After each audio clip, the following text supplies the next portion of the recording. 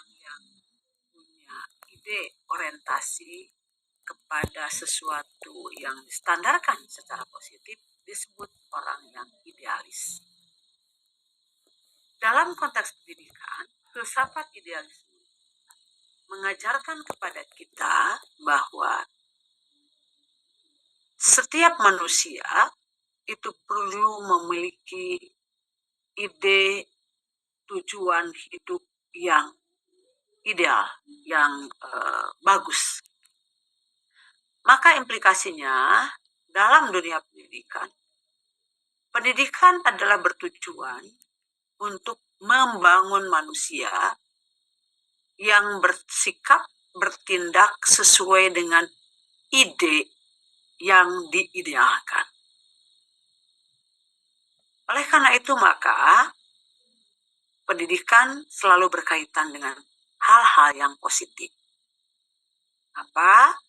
Karena pendidikan pada dasarnya membangun peserta didik untuk punya gagasan-gagasan yang positif, untuk hidup berdasarkan idenya dan ide yang positif, sehingga dalam hidupnya dipandu, dikendalikan, diorientasikan oleh akal pikirannya yang benar dan positif. Tokohnya Plato. Yang kedua, ada yang disebut dengan aliran eksistensialisme. Bahwa manusia pada dasarnya memiliki jati diri. Setiap individu punya jati diri yang berbeda. Maka tujuan pendidikan pada dasarnya adalah menghasilkan orang yang menghasilkan orang yang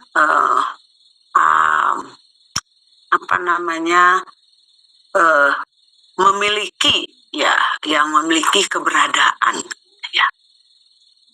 Jadi seseorang dikatakan terdidik, menyadari diri, menyadari tentang keberadaan dirinya.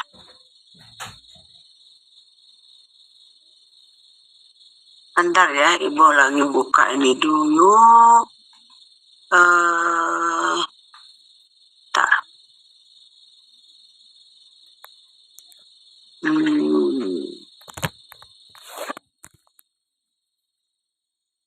Ini ulangi tadi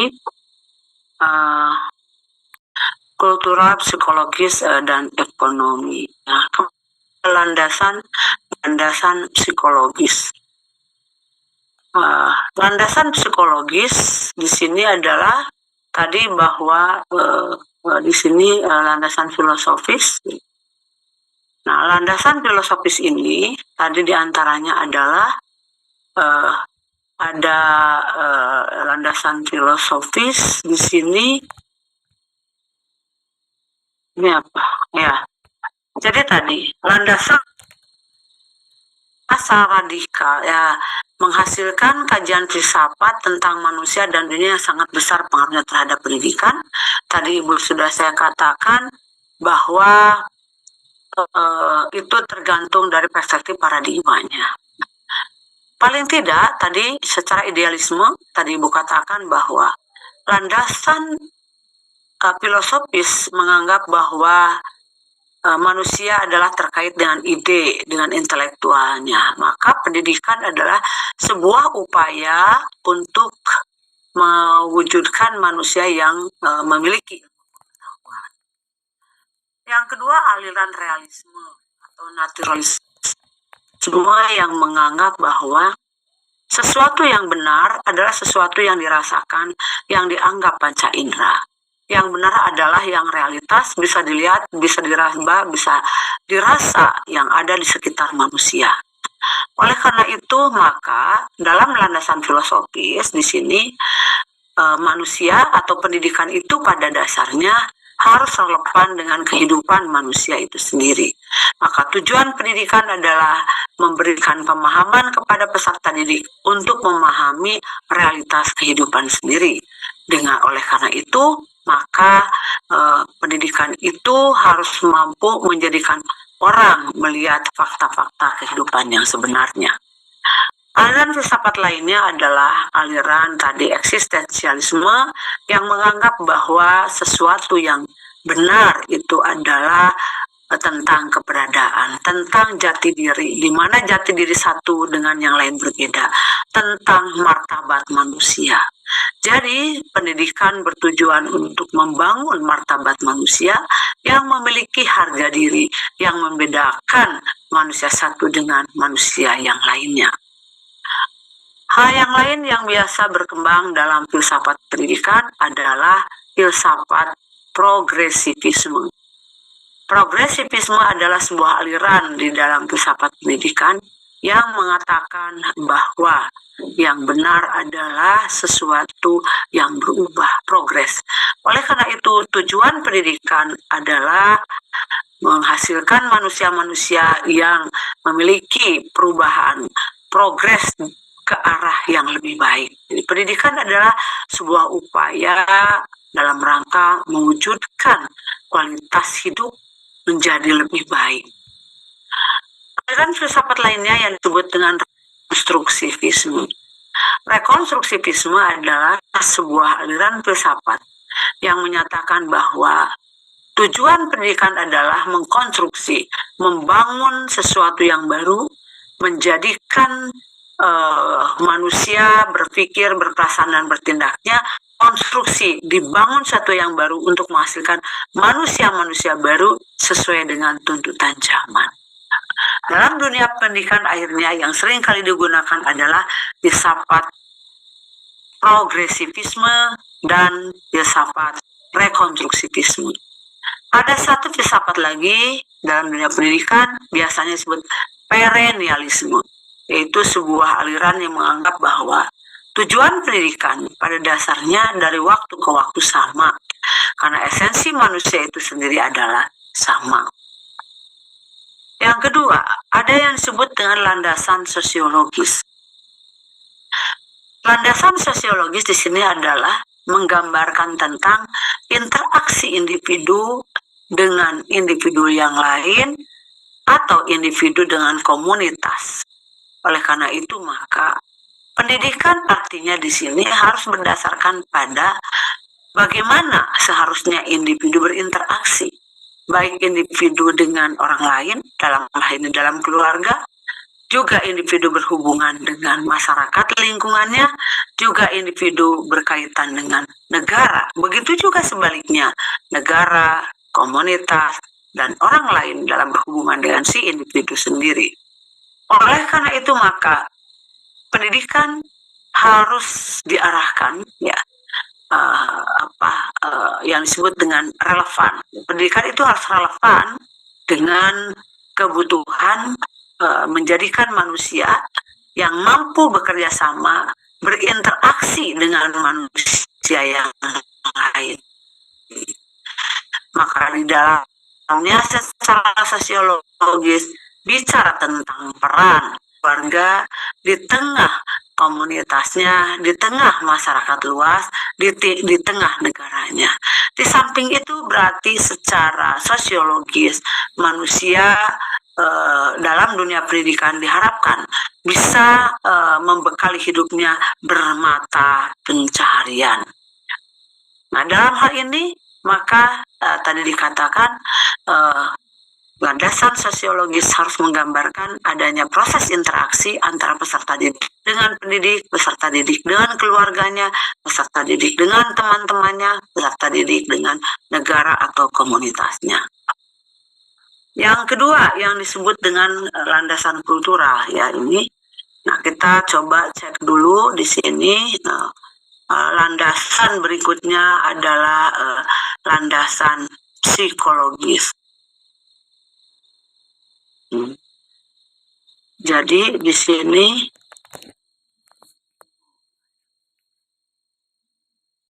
landasan psikologis. Psikologi itu ilmu yang mempelajari tentang interaksi manusia dengan lingkungannya. Ilmu yang mempelajari tentang karakteristik keberadaan individu manusia. Dalam konteks psikologi, ya, paling tidak ada teori belajar yang mendasari. Yang pertama yang disebut dengan teori kognitif, yang kedua adalah teori humanisme, dan yang ketiga adalah yang dikenal dengan teori behavioristik. Yang pertama yang disebut tokohnya adalah Piaget, yaitu bahwa teori kognitif. Teori kognitif ini yang menyatakan bahwa pendidikan itu pada dasarnya mencerdaskan manusia, di mana manusia bergerak, bertindak dipengaruhi oleh cara berpikirnya.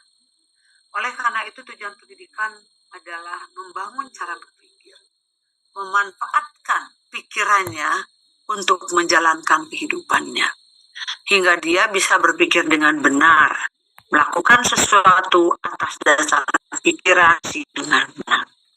Maka pendidikan adalah tujuan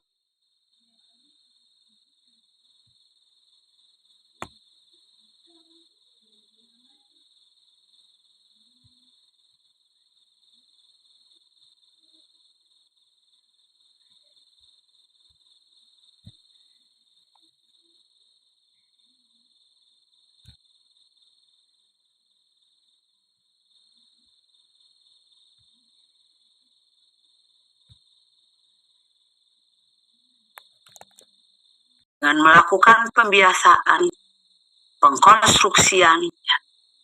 Dengan demikian adalah tujuan pendidikan adalah apa? Mengkondisikan setiap lingkungan agar orang terkondisi untuk bisa melakukan sesuatu. Maka pendidikan adalah proses pembiasaan. Jadi artinya proses pendidikan itu harus mengkonstruksi, harus ada teori yang disebut dengan stimulus respon, ada yang disebut teori motivasi, ada yang disebut dengan reinforcement atau reward and punishment.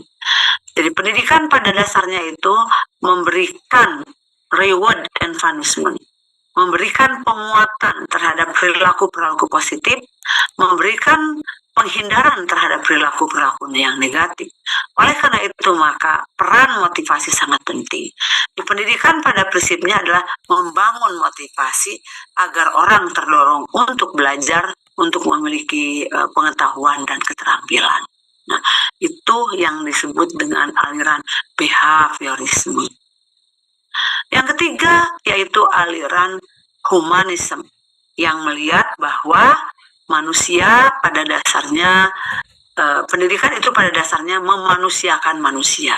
Artinya mengembangkan potensi peserta didik sesuai dengan karakteristik individunya.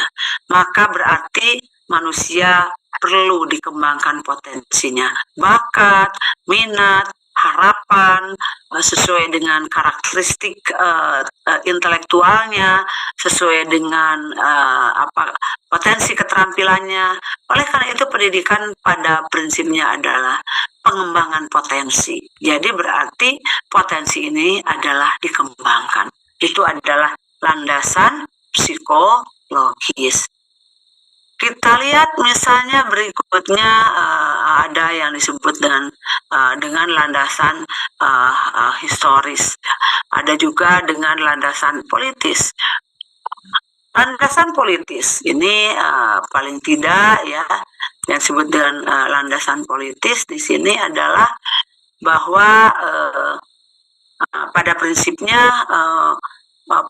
pendidikan itu adalah sebagai proses pengambilan keputusan, atau pendidikan itu usaha untuk meraih kekuasaan.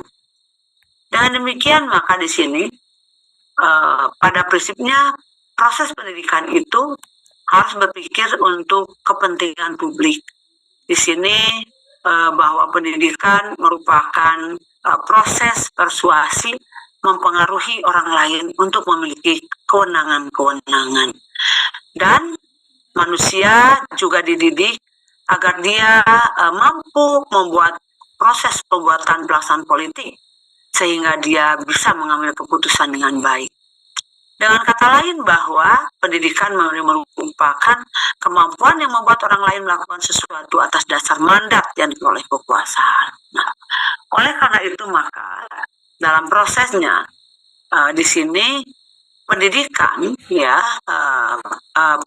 pendidikan, landasan pendidikan secara politik, maka pendidikan harusnya menjadi alat kekuasaan.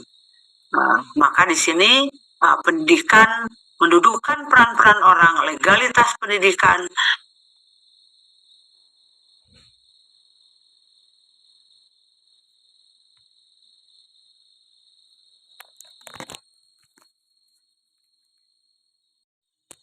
landasan historis, rangkaian perubahan ya kronologis dari mulai tadi perkembangan pendidikan dari masa ke masa, ya dari tradisional, pendidikan agama, masa kolonial, masa kemerdekaan dan era modern. Kurikulum dari tahun 47 sampai dengan sekarang deep learning, perkembangan lembaga dari mulai metode pendidikan, lahirnya pendidikan vokasi, pendidikan karakter, dari mulai lahirnya persekolahan dari level usia dini, yang dulu nggak ada usia dini, tapi sekolah dasar sampai ke perguruan tinggi. Selain itu juga bicara tentang tokoh-tokoh pendidikan seperti Ki Hajar Dewantara, John Dewey, Montessori, Paulo Freire, atau tokoh-tokoh pendidikan nasional lainnya yang memang berperan dalam dunia pendidikan. Nilai-nilai historis diantaranya dari yang terjadi selama dalam proses pendidikan di Indonesia, itu dari mulai humanisme, dari Ki Hajar Dewantara, demokratisasi, penguatan karakter dan pembelajaran terpusat. Maka implikasinya adalah kurikulum harus kontekstual, ada kembali filosofi pendidikan, harus melakukan inovasi dan seterusnya ya. Lanjut adalah pada landasan yuridis. Landasan yuridis. Nah, landasan yuridis yang dimaksud di sini adalah yuridis itu aturan ya. Jadi aturan dalam pendidikan. Nah, pendidikan adalah pendidikan memiliki dasar hukum, misalnya Undang-Undang Dasar 45, ada Undang-Undang Sistem Pendidikan Nasional. Seluruh kegiatan pendidikan diatur oleh perundang-undangan, pendanaan pendidikan diatur, kewajiban guru diatur, maka muncul ada mulai Undang-Undang Guru dan Dosen, muncul Undang-Undang Pendidikan Tinggi, muncul Undang-Undang Sistem Pendidikan Nasional, muncul peraturan-peraturan yang setiap aktivitas apapun dibatasi oleh peraturan. Maka menjalankan pendidikan pada prinsipnya menjalankan peraturan. Oleh karena itu maka pendidikan harus dijalankan berdasarkan aturan. Untuk apa aturan itu? Yang pertama, memberikan kepastian hukum dalam menyelenggarakan pendidikan, menjamin setiap warga untuk memperoleh pendidikan. Misalnya setiap warga memiliki hak untuk memperoleh pendidikan. Bila ada warga yang tidak mampu, maka negara atau pemerintah berhak untuk melindunginya gitu ya. Selain itu juga mengatur kewajiban dan peraturan juga sebagai dasar kebijakan. Utamanya adalah melindungi peserta didik dari diskriminasi, kekerasan, dan pelanggaran hak. Jadi peraturan itu untuk memastikan, untuk menjamin bahwa setiap orang memiliki kesempatan untuk peroleh pendidikan, setiap orang tidak diperlakukan secara diskriminatif, tetapi penuh dengan keadilan. Nah, mengapa ini? Di mana sumber landasannya? Misalnya pasal 31, hak setiap warga negara mendapatkan pendidikan. Jadi kalau tidak mendapatkan pendidikan, berarti sebetulnya negara bisa digugat. Ada lagi pemerintah mengusahakan sistem pendidikan nasional. Artinya pemerintah berkewajiban untuk membangun sistem. Ada lagi anggaran pendidikan 20% adalah dari APBN. Ada juga Undang-Undang Nomor 20 Tahun 2003 tentang Undang-Undang Sistem Pendidikan Nasional. Ada Undang-Undang dan Dosen, ya, itu Undang-Undang Nomor 14 Tahun 2005. Ada Undang-Undang Perlindungan Anak, ada Undang-Undang Pendidikan Tinggi. Ya, jadi perundang-undangannya paling tidak ada 4. Selain itu ada peraturan pemerintah, dari mulai peraturan pemerintah tentang standar nasional, peraturan tentang penyelenggaraan pendidikan, ada peraturan Menteri Agama, dan seterusnya, yang semuanya itu diatur. Oleh karena itu, maka dalam penyelenggaraan pendidikan harus merujuk pada peraturan yang ada, atau dalam mengelola pendidikan itu harus didampingi dengan perundang-undangan. Nah, itu adalah landasan-landasan yang paling tidak tadi sudah dikatakan, landasan filosofis, landasan psikologis, landasan sosiologis, landasan historis, dan landasan yuridis. Mungkin itu rangkuman yang Ibu berikan. Selanjutnya adalah terkait dengan berbagai permasalahan pendidikan di Indonesia, ya. Apa saja sih masalah pendidikan di Indonesia? Berbagai permasalahan pendidikan di Indonesia itu adalah yang pertama terkait dengan kesenjangan akses dan kualitas. Kesenjangan antara kota dan desa, baik fasilitas, tenaga pendidikan, dan mutu sekolah. Ada daerah terpencil, terdepan, terluar, masih kekurangan guru, jaringan internet, dan seterusnya. Biaya pendidikan masih menjadi hambatan bagi keluarga berpenghasilan rendah. Nah, jadi masalah pertama adalah masalah kesenjangan akses dan kualitas tadi. Adanya ketidakmerataan. Yang kedua adalah permasalahan berkaitan dengan guru. Jadi masih banyak guru yang belum bersertifikasi. Masih banyak guru yang mengajar tidak sesuai dengan keahliannya. Di samping ternyata kesempatan guru untuk memperoleh pendidikan dan pelatihan serta pengembangan juga belum merata. Beban administrasi mengajar sangat tinggi sehingga mengurangi fokus pada pembelajaran. Permasalahan yang ketiga adalah kurikulum yang kurang fleksibel. Ini tidak konsisten. Misalnya sering terjadi perubahan kurikulum tanpa kesiapan lapangan. Implementasi kurikulum merdeka belum merata. Pembelajaran sering terlalu teoritis, kurang kontekstual, dan tidak mengarah pada abad 21. Persoalan berikutnya dalam dunia pendidikan adalah terkait dengan literasi, numerasi, dan sains. Hasil PISA menunjukkan skor numerasi, literasi, sains masih rendah. Metode pembelajaran masih berfokus pada hafalan, bukan kepada berpikir kritis. Literasi rendah. Permasalahan yang kelima adalah terkait dengan infrastruktur sekolah yang tidak merata. Banyak sekolah di daerah yang rusak, akses internet tidak masuk. Permasalahan keenam adalah permasalahan yang terkait dengan manajemen dan tata kelola. Perencanaan pendidikan berbasis data secara optimal belum dilakukan.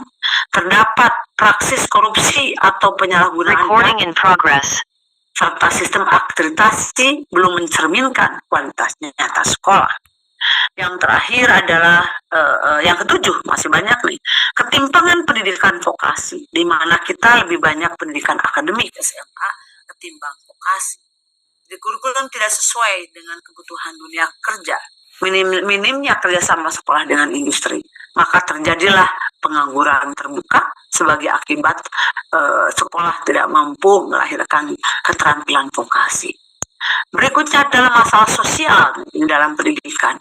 Masalah sosial diantaranya adalah bullying, kekerasan, ya, minimnya layanan konseling, dan kasus learning loss pasca pandemi masih juga terasa sekarang ini.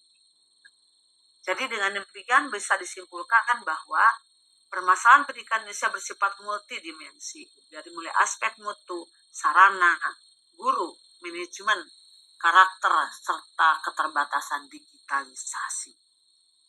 Nah, kita masuk kepada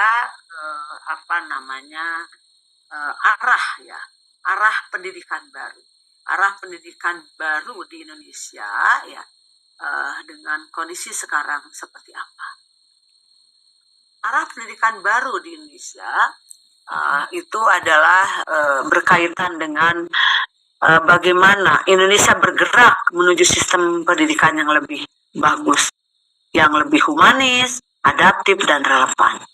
Beberapa arah baru pendidikan, diantaranya adalah pendidikan yang berpusat pada peserta didik.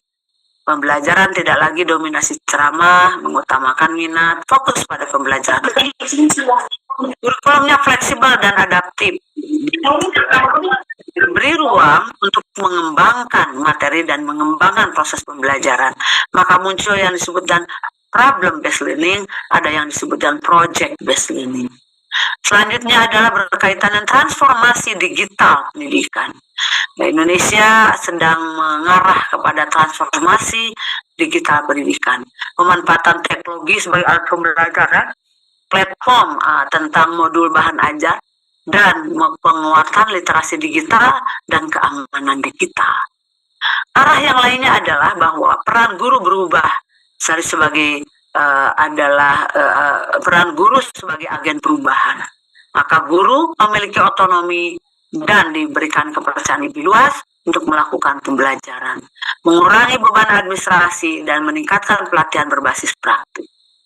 Begitu juga yang keenam adalah pendidikan vokasi yang link and match. Jadi SMK diposisikan sebagai sekolah masa depan.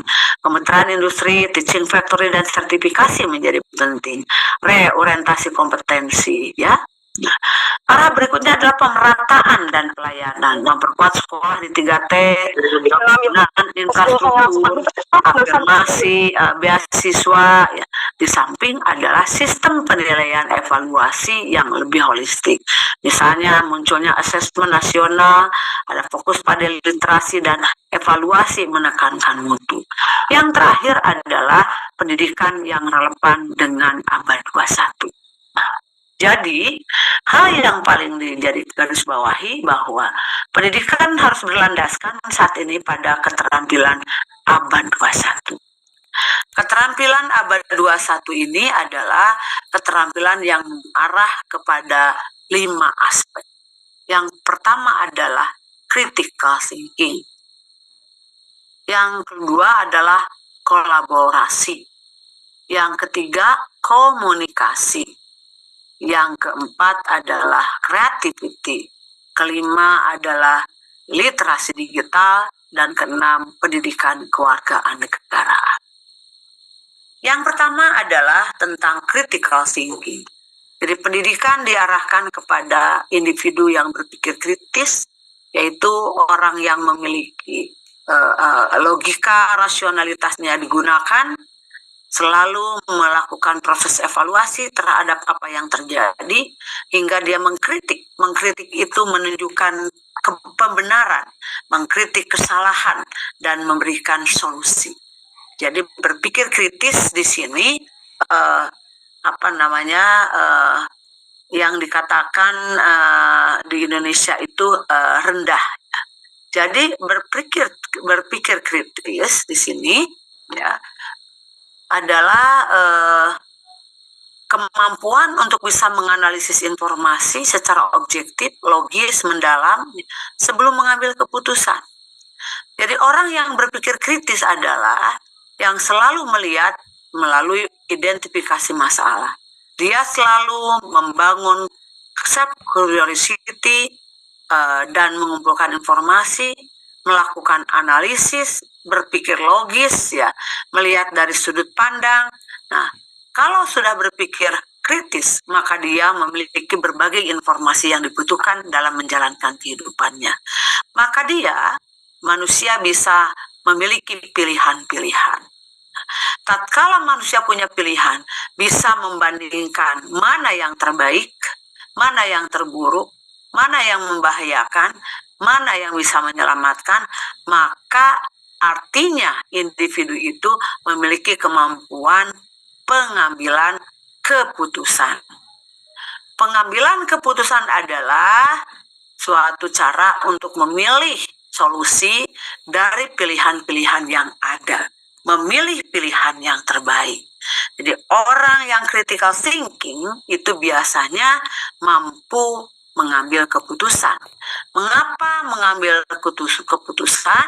Karena dia punya informasi, punya data. Ya. Maka orang yang mengambil keputusan tepat itu biasanya orang yang memiliki critical thinking. Kalau orang sudah mampu mengambil keputusan, maka artinya dia bisa memecahkan masalah atau yang disebut dengan problem solving, karena dia ada keputusan. Jadi kalau tidak ada keputusan, masalah tidak akan pernah selesai. Jadi kemampuan mengambil keputusan itu penting di dalam hidup, karena pada prinsipnya hidup itu adalah serentetan pengambilan keputusan, di mana pengambilan keputusan itu dilakukan untuk menyelesaikan masalah. Itu yang disebut dengan berpikir kritis. Yang kedua adalah terkait dengan kolaborasi.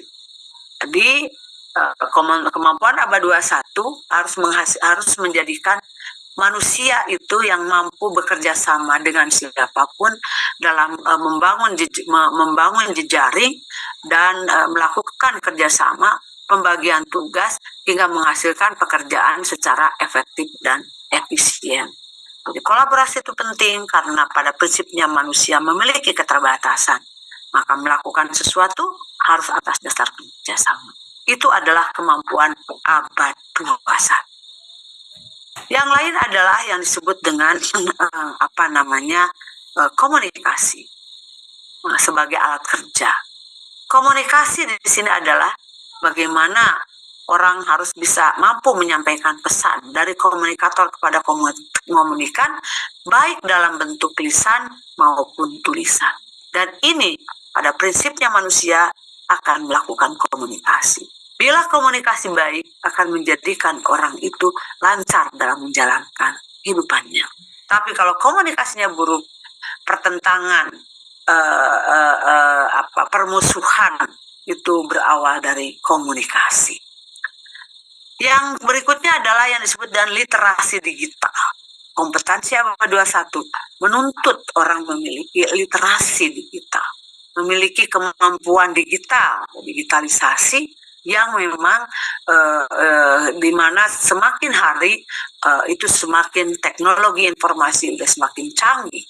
Oleh karena itu maka manusia yang selamat adalah manusia yang memiliki kemampuan digital yang tidak akan ketinggalan zaman. Satu lagi adalah yang disebut dengan citizenship atau pendidikan kewarganegaraan. Artinya dia harus menjadi orang yang human, menjadi anggota keluarga yang baik, anggota organisasi, anggota masyarakat. Keterampilan ABA 21 ini yang harus dikemukakan dengan baik. Oke, sampai di sini ada pertanyaan dulu? Silahkan. 21 tadi adalah keterampilannya, yang pertama adalah critical thinking, kan? Yang kedua adalah kolaborasi, yang ketiga adalah komunikasi, yang keempat adalah digital literasi, yang kelima adalah citizenship. Nah, dari kelima keterampilan ABA 21 ini berimplikasi terhadap model-model pembelajaran mutakhir yang sekarang sedang berkembang. Yang pertama muncul yang disebut dengan project based learning, kan? Pembelajaran berbasis project di mana siswa menyelesaikan satu masalah nyata melalui rangkaian kegiatan terstruktur. Nah, maka dalam project based learning akan terlihat kolaborasi. Ya, di situ ada proses investigasi, masuk ke critical thinking, ada produk yang nyata, ada pemanfaatan digital.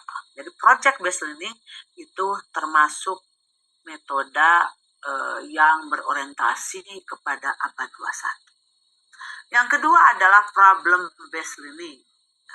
Pembelajaran yang dimulai dari mengangkat masalah nyata yang menantang mahasiswa untuk mencari informasi, menganalisis dan menemukan solusi.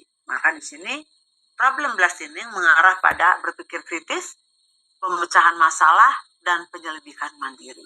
Nah, apa bedanya problem based learning dengan project based?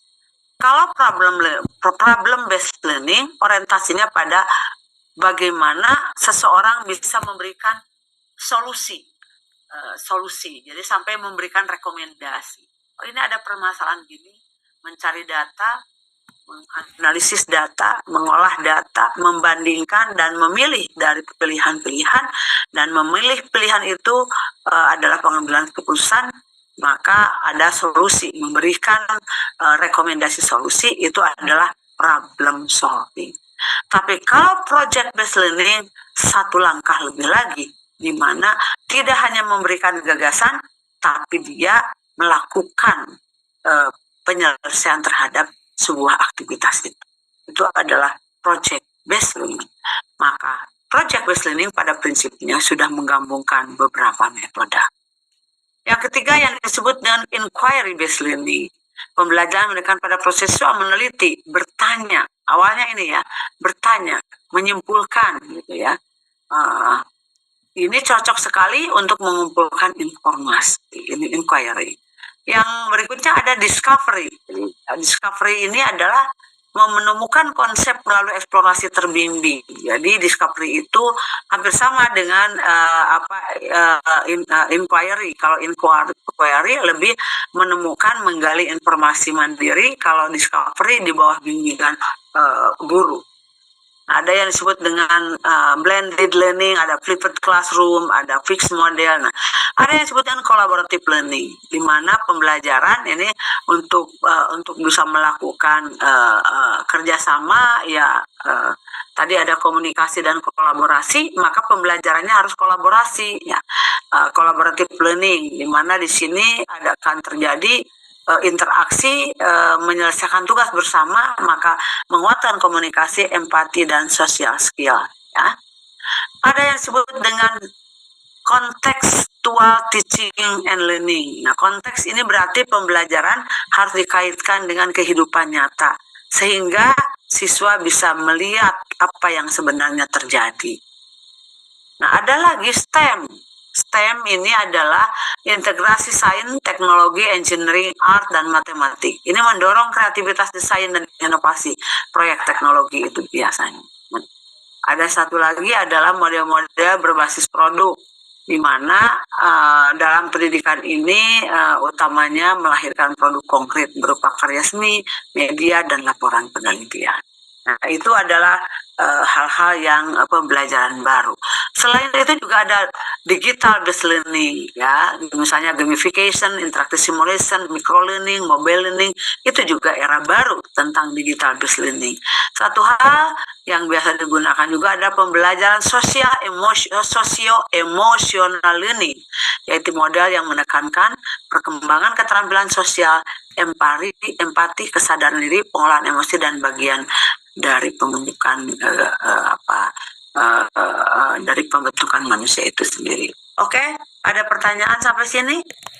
Di mana arah-arah baru, model-model pembelajaran baru sebagai implikasi dari pembelajaran abad 21 yang menuntut dalam penyelenggaraan pendidikan dan menggunakan berbagai metode. Sekali lagi, abad 21 menuntut pendidikan yang berpikir kritis, kolaboratif, komunikasi, digital, digital literasi, dan yang satu lagi adalah citizenship. Jadi implikasinya berarti kalau agar berpikir kritis digunakan metode inquiry, di mana inquiry itu harus menginvestigasi, mengumpulkan informasi, dan berbasis pemahaman. Yang kedua itu kalau untuk untuk berpikir kritis adalah discovery, ya, itu juga sama, menemukan bersama tentang kebenaran. Itu berarti dilakukan dengan empiris, melihat ke lapangan, dan juga dengan reading, membaca.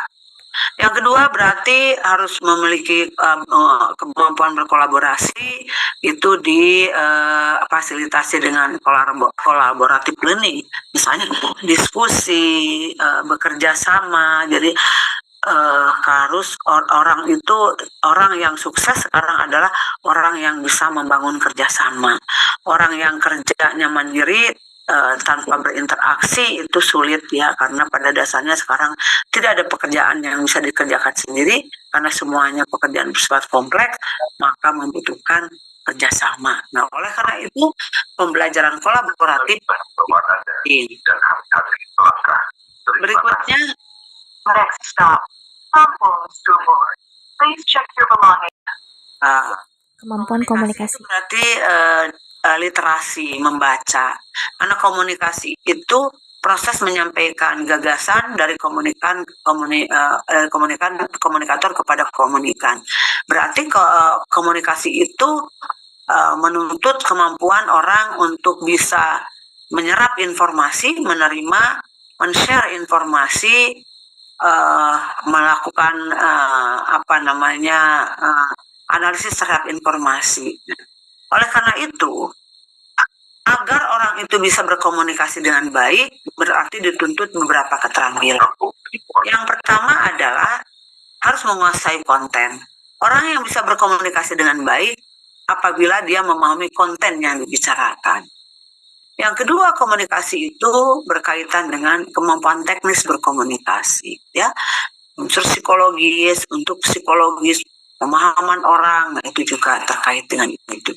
Jadi dalam komunikasi ada dua, yaitu komunikasi yang sifatnya penguasaan konten dan juga berkaitan dengan teknik. Nah, yang berkaitan dengan konten, maka di sini pembelajaran bahasa ya menjadi sangat penting. Berikutnya ada yang Terima kasih. Next stop, Wara. Please check your belongings and step carefully. Thank you. coba siapa ini? Cek siapa ini? Kemampuan tadi kolaborasi sudah, komunikasi sudah, digital literasi artinya bahwa metodenya apa? Hibrid, berbasis teknologi. Nah, dari akumulasi semuanya, maka di sini menggunakan problem based learning, project based learning, contextual learning. Jadi artinya harus mengintegrasikan seluruh metode pembelajaran yang bisa membangun 6 atau 5 kemampuan dasar, kemampuan ABA 21 tersebut. Oke. Berikutnya adalah Ibu akan menjelaskan tentang yang terakhir, esensi dari landasan pendidikan. Ya. Ibu akan katakan bahwa landasan pendidikan adalah dasar pijakan yang menjadi arah, tujuan, dan aturan dalam penyelenggaraan pendidikan. Esensinya adalah memastikan bahwa seluruh proses pendidikan berjalan benar, terarah, bermakna, dan bertanggung jawab. Itu yang terpenting. Ya. Secara umum di sini, ya kenapa landasan pendidikan itu ada, ini sebuah kesimpulan, agar memberi arah dan tujuan yang jelas, di mana landasan pendidikan akan membantu para penyelenggara pendidikan tidak berjalan apa adanya, tapi memiliki arah yang jelas sesuai dengan kebutuhan masyarakat dan cita-cita bangsa. Landasan pendidikan berfungsi juga sebagai dasar dalam merumuskan kebijakan.